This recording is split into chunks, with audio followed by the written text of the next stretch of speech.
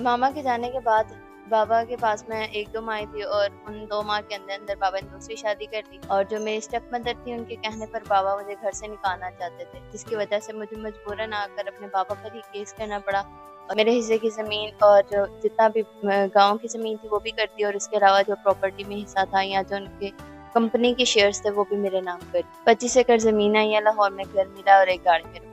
बस मैनेज कर लेते हैं क्योंकि मामा ने सब कुछ सिखाया हुआ था, तो अब जब भी गाँव जाते हैं तो वहाँ पर ज़मींदार रखे हुए हैं, ज़मीनों पे काम करने वाले जो पहले थे वही हैं और अल्हम्दुलिल्लाह वो सब वफ़ादार हैं, तो वो अपना काम सही से करते थे।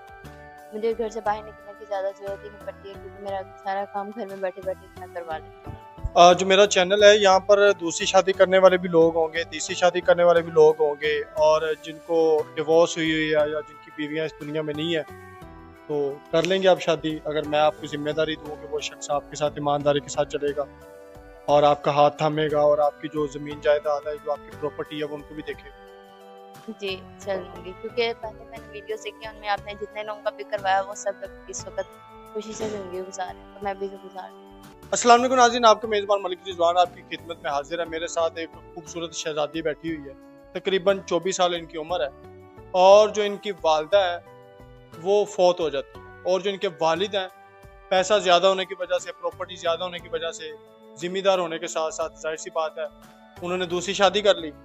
मामा इनकी इन दुनिया से चली गई हैं, तो बाबा जो इनके हैं वो इनको अपने घर से बेदखल कर देते हैं दूसरी बीवी की बातों में आकर और ये अपने बाबा पर केस करती हैं और जो इनके हिस्से की ज़मीन जायदाद आती है, घर प्रॉपर्टी गाड़ियाँ वगैरह आती हैं वो इनके नाम हो जाती है। अब हम इनसे बात करते हैं। अस्सलाम वालेकुम। वालेकुम सलाम। कैसी हैं आप? अल्हम्दुलिल्लाह, आप बताएँ?